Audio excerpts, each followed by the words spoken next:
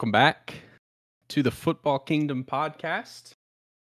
Officially through 9 weeks in the NFL. And we had some early morning football on Sunday. Kansas City Chiefs and Miami Dolphins were playing when we were all just waking up over in Germany. And Chiefs improved. Chiefs beat the Dolphins 21-14, improved to 7-2, dropped the Dolphins down to 6-3. And this was a game that, if you only watched the first half, you would have thought that the Chiefs were going to blow out the Dolphins, because we went into the locker room with the Chiefs up 21-0.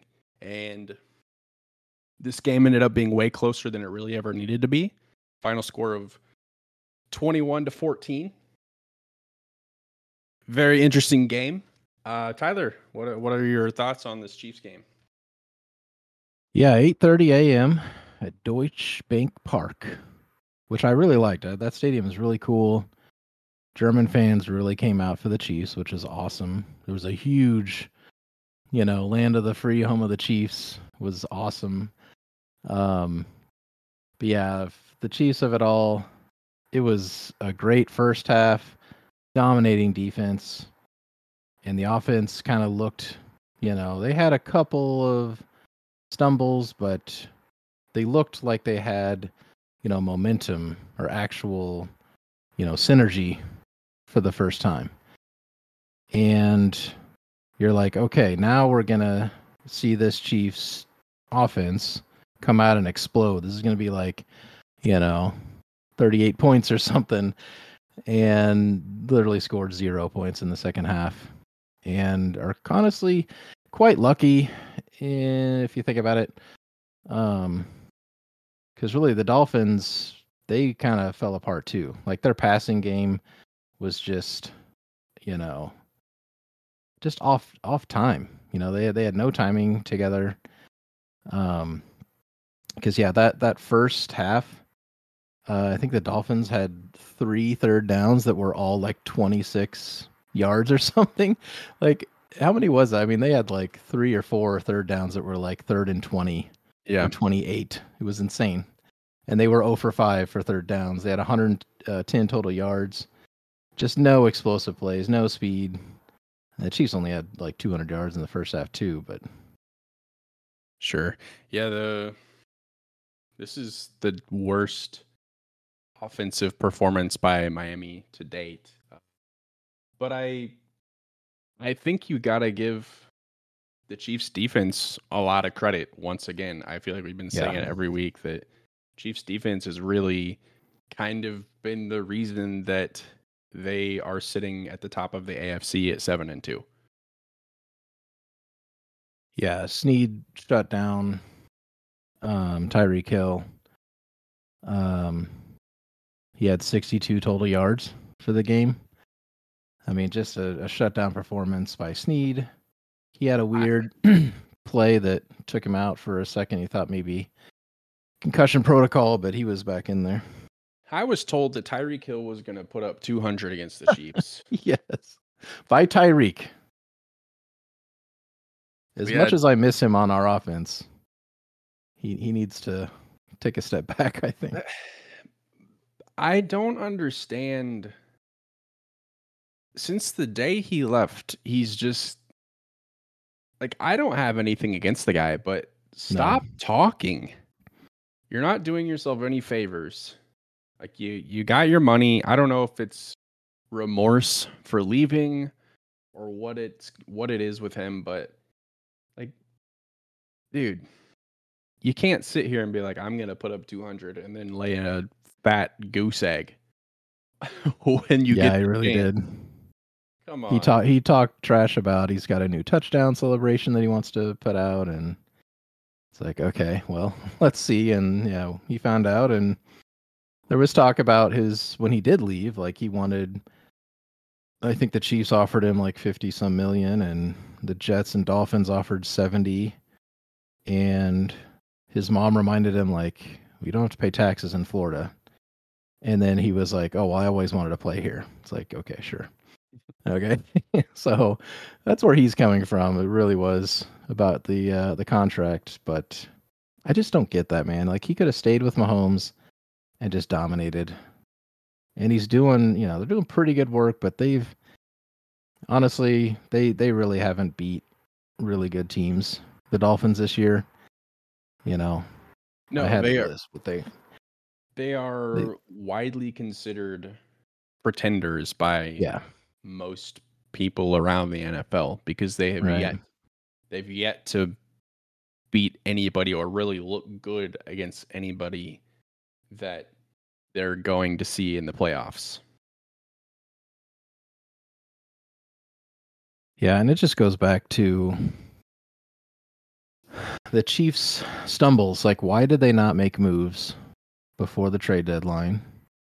I mean, basically nobody this year made moves, quite honestly. Nothing very big, but the Chiefs are clearly struggling.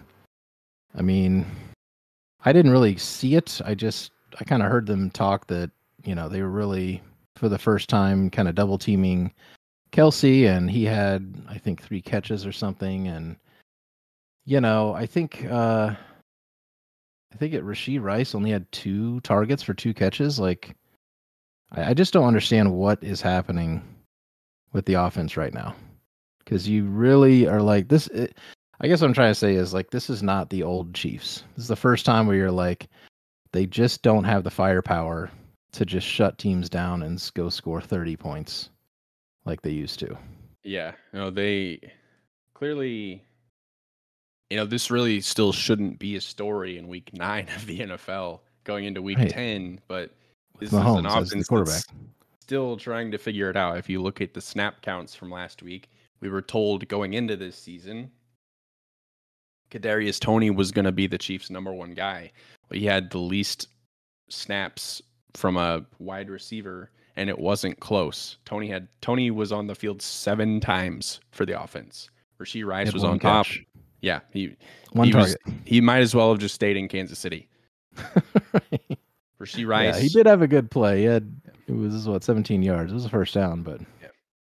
Rashee Rice, Justin Watson, and MVS were your outside of Travis Kelce, were your 3 had the most snap counts in week 9. And while I believe in Rashee Rice, I don't know if Rashee Rice, Justin Watson can be your top 2 guys. I mean, Noah Gray and Sky Moore were your receiving leaders, which is that's okay to spread the ball around. I mean, Mahomes is going to make anybody kind of good out there, but what is the game plan? And who is to blame right now? Is it just, again, synergy with the Chiefs, or is it play calling? Because when Rashee Rice is clearly your best receiver and he has 2 targets for 2 catches, he's doing something right. Like, why are we not going back to him? Yeah, and that's what doesn't make sense. He had like you said, he didn't even get looked at in the second half. MVS is getting paid way too much money to be as bad as he's been as well. And right. He's on the field a lot, and he dropped another big pass. I think the defender might have got his hands in there, but I feel like he probably should have caught that football late in the game.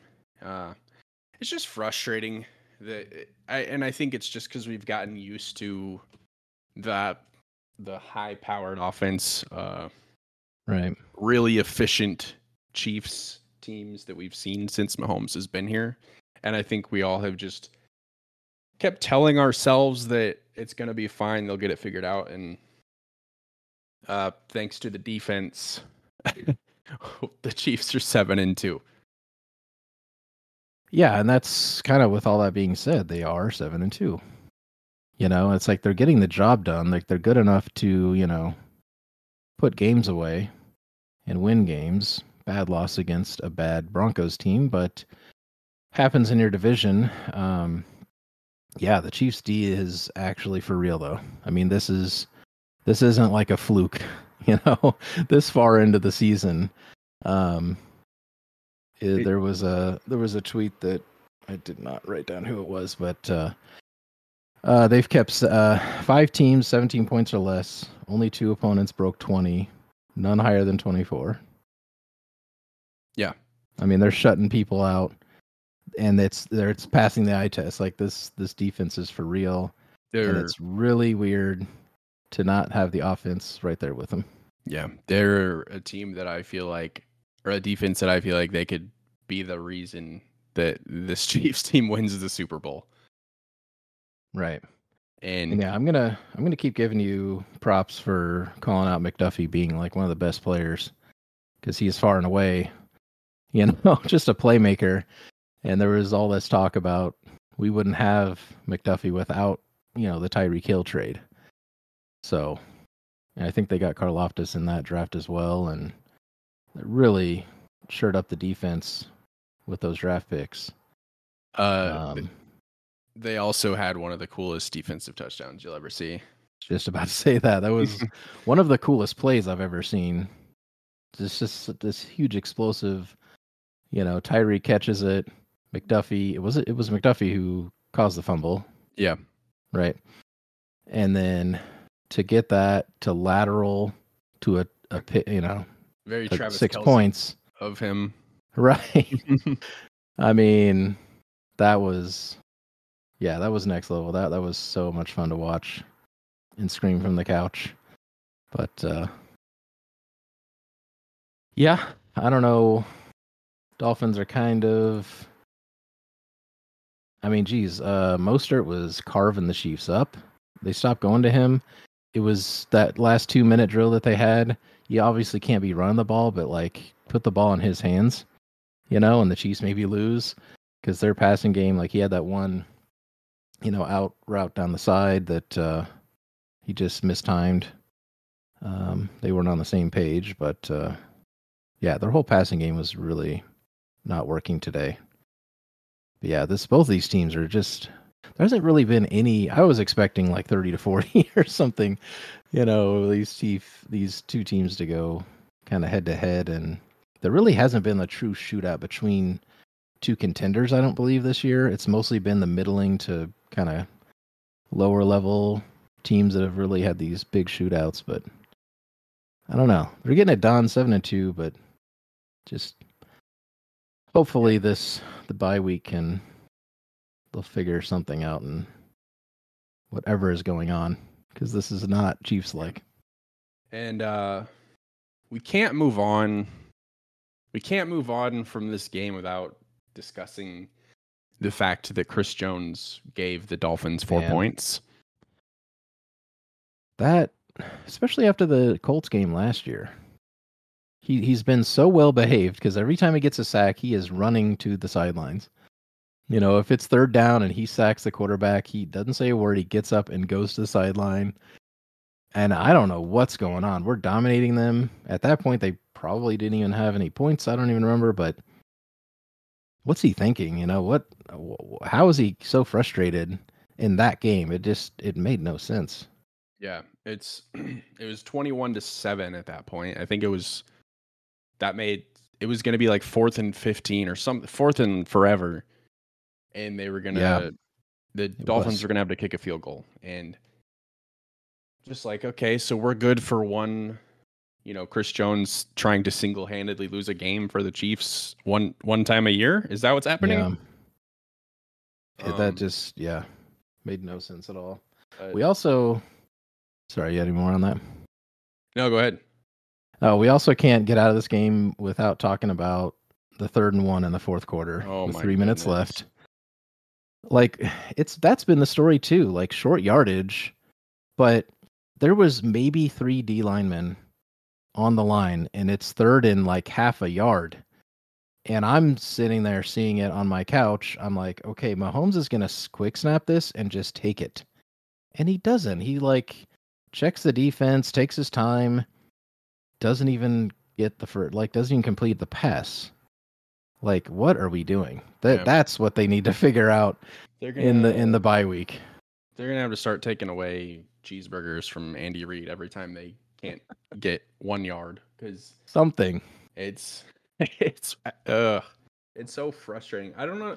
I just run a QB sneak. Just get over it. Rip the Band-Aid off with Mahomes and run a QB sneak. Stop every time. They just try to do something stupid and it fails. Yeah. Every time. It's too cute. Every other team in the league is like, let's stack the line and just push it. Not even the tush push. Yeah, I'm not just even saying, just a QB sneak. Just a standard QB sneak like we've seen for years. Just do it. Oh my goodness. You get hurt one time on a complete freak accident. I think it was 2 times. I don't know. But I think his knee got hurt twice or something, which is like, okay. But I don't think that had anything to do with the play. Like you can dislocate your knee on any play. Right. Well, that's true. It's just they got to figure it out. Something. I mean, at the very least, give it to Isaiah Pacheco. For goodness sake.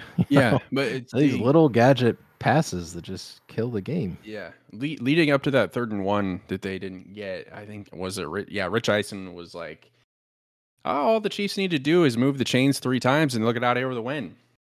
Right, and like, yeah, that's like it. They did in the first half. Yeah, they obviously didn't move the chains, and defense took that game away, and yeah, I can't say enough about the Chiefs' defense. Right. Well, leading up to that 3rd and 1, they said that like they all Nagy got the whole offense together and like tried to rile them up, and it's like, okay, let's close this game out, and that's what they did. They went 3 and out after that. Yeah. You know, like that something is wrong. We got to figure this out. So. But all's well that ends well. You left Germany with a victory, and at the end of the day, that's what you want in the NFL. Nobody's gonna look back and think less of you because you only won by 7. Or, yeah. Anyway, moving on. Ravens and Seahawks. The Ravens, for the 2nd time this year, completely dismantled a good NFC team. A couple weeks ago, they beat the Lions like 35-6 or something.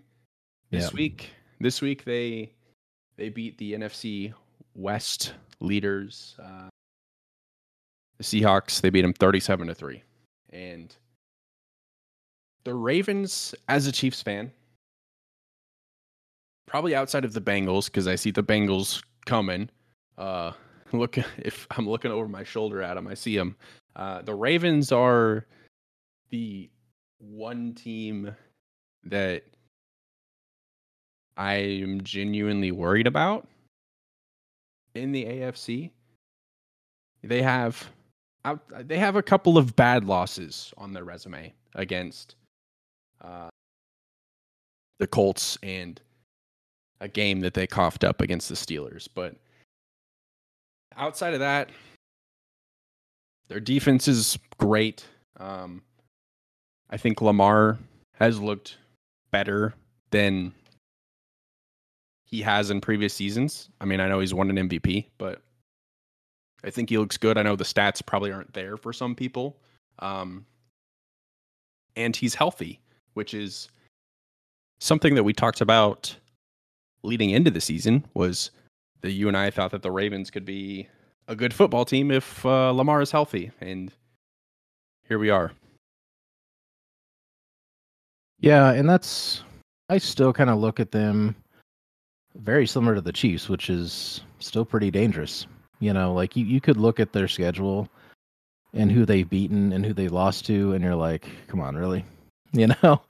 Which, in the past has been kind of like a non-Lamar believer. That he like you've said, he's different this year. He can be that guy. They've just always fallen short. And I think you've said it this year where they really need to show up in the playoffs for once because they've really fallen short every time that they do get there. But I mean, yeah, that's you could say the same thing we said about the Chiefs, where you're like, yeah, like they're pulling games out and they're doing what they need to do. But yeah, they definitely are a different beast this time around, and definitely very dangerous. Yeah, and yeah, to say what you said, or to build off of what you said, I got to see some success from them in the playoffs last time during Lamar's MVP season. They went 14-2, and I don't remember who beat them, but they were first round exits. So it's all fun and games in the regular season. Just ask the Cowboys. But get to the playoffs and show us that you're for real. Ravens have a not this week, but next week they have a really big game on Thursday night. They'll be playing the Bengals, and it's gonna be one of the best games of the year on a Thursday night. So Al Michaels can actually be excited about that one. Yeah, what was the Thursday night this week? It was Steelers Titans. Bro, I kind of had that game on the side, and man, Michael's he's getting worse. Like just to a point where he's like he just does not care. I mean, he barely is like calling the game. I hate to really see it, like honestly, because like he's truly just checked out. He's so tired of like these games, or maybe his booth partner, but like you can just hear his disinterest. I think is the best way to put it. It's kind of sad, honestly. Yeah, but yeah, he'll have something to be excited about. I guess getting the bag isn't enough. Getting that from Amazon, but Right. Tyler, I know you wanted to talk some Houston Texans, some CJ Stroud. What you got?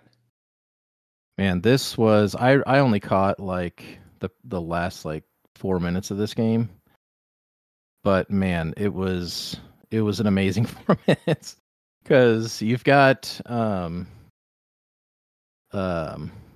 Baker Mayfield, making his comeback drive with like 3 minutes left or whatever, go down and score a touchdown. Then it's CJ Stroud's turn. He comes down, makes his charge, and I mean there was like 30 seconds left or something, and just charged down the field. But yeah, he set a rookie record of a single game passing yards for 470 yards. He threw for 5 touchdowns, and he's a rookie. Yeah. I mean, now the game was kind of. This was what I wanted the Chiefs game to be. It's 37-39. It was kind of an instant classic where it's like, two quarterbacks who are kind of good at, last minute drives. But this CJ Stroud is I think he's already got Rookie of the Year at this point with that game. I mean, my goodness. He's for real. He's Rookie of the Year. I think Texans got a good one in him. And what a instant turnaround. We may have said this like 2 weeks ago, but man, that's so awesome for Houston to go through what they did with Watson, and now they've already got clearly a special player who, on a probably a okay team. Like he's not got a ton of names, but the guy can play. I mean, that's all you need is a good QB. I mean, I'm looking at the standings right now, and I was like Houston maybe they'll win 4 games all year. That's kind of where I thought they were going to be, just because you don't know, new coach, new quarterback. That's what they've been forever. Yeah. They're in the playoff hunt. They have a legitimate shot at being a playoff team if they just keep playing well. They're 500 in week 9, and there's some teams that are vulnerable in the AFC. So play their cards right. They'll be playing in January. Sunday night football, Eagles and Cowboys. Game was in Philadelphia, and Eagles took care of their little brothers. Beat them 28-23. Yeah, and early on, this looked like the Cowboys were showing up. Like early on, it was actually kind of back and forth. They were leading at half by 3 points. But or no, they weren't. It was 14. Yeah, they were leading.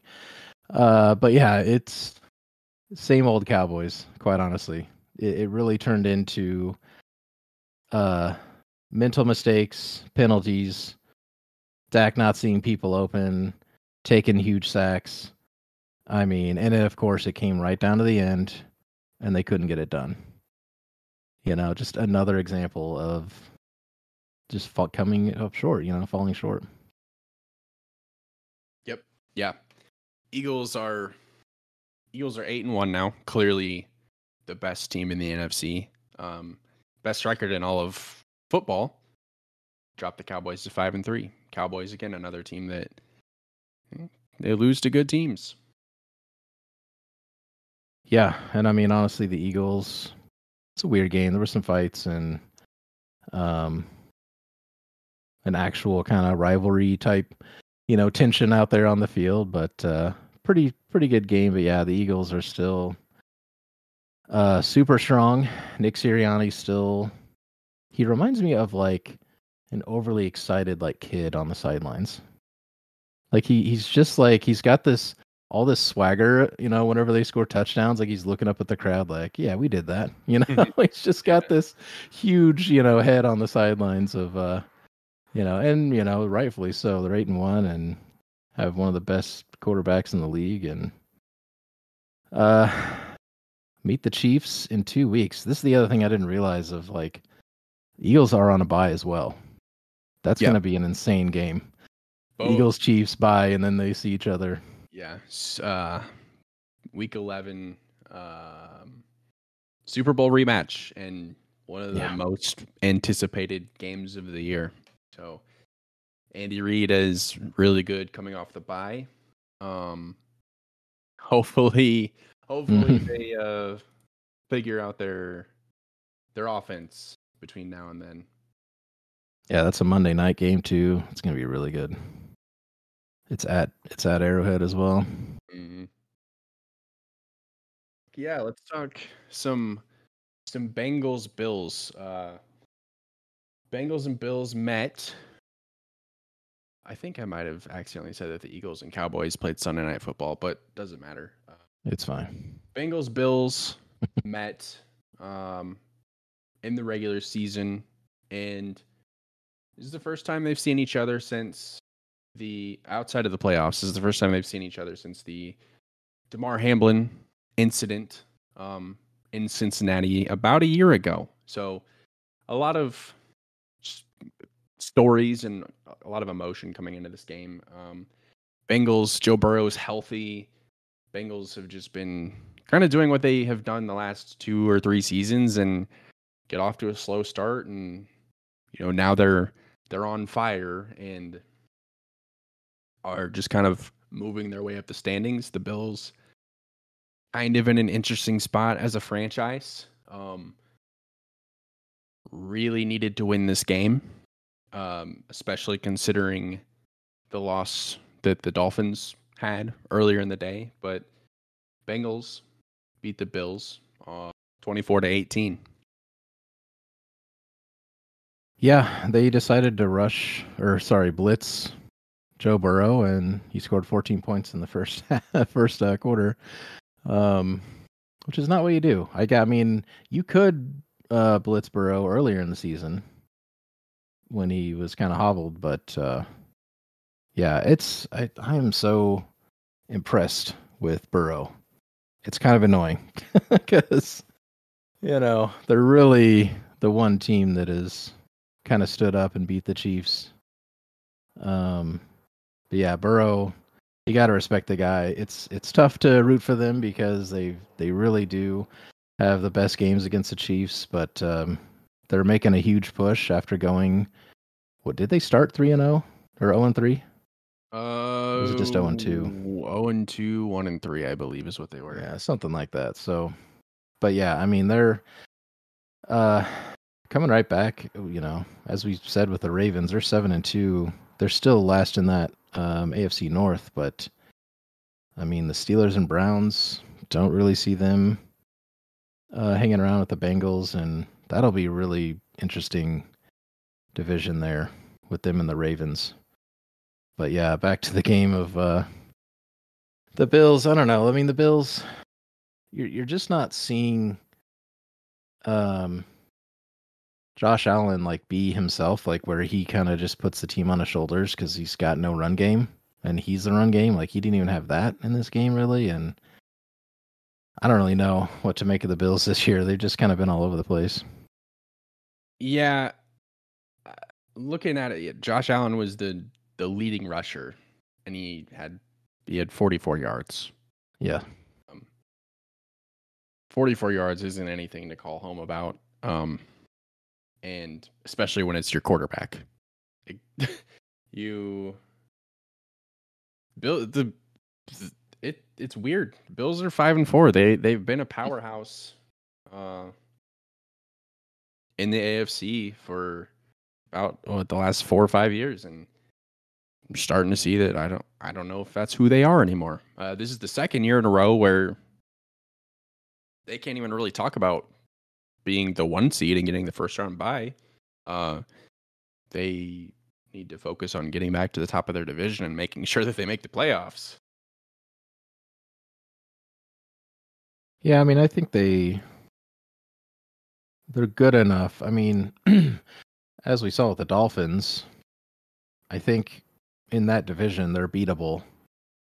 And then I don't really see a whole lot of other teams challenging the Bills if they have to for a wild card spot in the rest of the AFC. So, other than the Bengals and Ravens. So, yeah, they very odd again, much like the Chiefs of like they just are not that powerhouse they used to be, and not really sure what the answer is because they barely rushed. I mean, honestly, the Bengals didn't have hardly any rush yards as well in this game, but T. Higgins with 110 yards and just a ton of passing with 348 for Burrow. Yep. So, with that, Bengals improved to 5-3 after being 1-3 at one point this year. Looking ahead to next week, no Chiefs, no Eagles, not really much going on in the Week 10 slate at a glance. Ravens, Browns. That has some consequence. It's always a chippy game. Cowboys, Giants. I mean, just if we're looking at division games, that's an interesting one. But they lost Danny Dimes. Tore his ACL, I believe. Yeah. Vikings. I know we didn't talk about the Vikings. Oh yeah, that was a good game too. I think this is a good opportunity. Josh Dobbs, obviously Kirk Cousins tore his Achilles last week. And the Vikings were a team that I thought were going to turn it around and make the playoffs. Kirk goes down, and the Vikings trade for Arizona's QB, Josh Dobbs, and the guy hadn't taken a snap from the Vikings or with the Vikings, not even on the practice field or anything. They're warming up. Josh Dobbs is teaching them his cadence on the sideline. Yeah, and that was awesome. The Vikings won a football game with a QB that just showed up. Apparently he's done this before. I don't remember, but he's been on other teams where his first game he's won and been successful, and the dude is different, man. Like, I guess it's like a rocket scientist or something. There's all this talk about how he's gone to he's like intern for NASA in the off season, and just to come in, like to see him hugging their head coach at the end of the game. I mean, that's crazy for them to lose Kirk Cousins, who again, clearly they were at least going to be a wild card team, and come in and just already make a difference. And he was calling plays as the play clock was ticking down. He would call the plays to him, but he would tell him what each receiver was going to do, like what the route tree would look like. Mm-hmm. I mean, that's awesome. I love stories like that. Like they did that for another QB last year. Can't remember what rookie that was, but they were literally telling him the coverage. Oh, it was Sean McVay. With what's his name in Detroit? Matt. I think he was literally calling out the defense. Oh, Jared Goff. Yeah. They would rush to the line, so there was still time for them to talk to him in the headset, and like he would tell him what the defense coverage was. Yep. Yeah. It's until the play clock reaches 15 seconds. He can talk to. There you go. Right. But yeah, that's week 9. Again, week 10, no Chiefs, but we will be back next week, kind of doing our mid-season evaluation of the league, kind of where teams are at, where we thought they would be at the beginning of the season, where they are now, and where we think that they will be come January. So yeah, that's all we have for you this week. So we'll see you next week.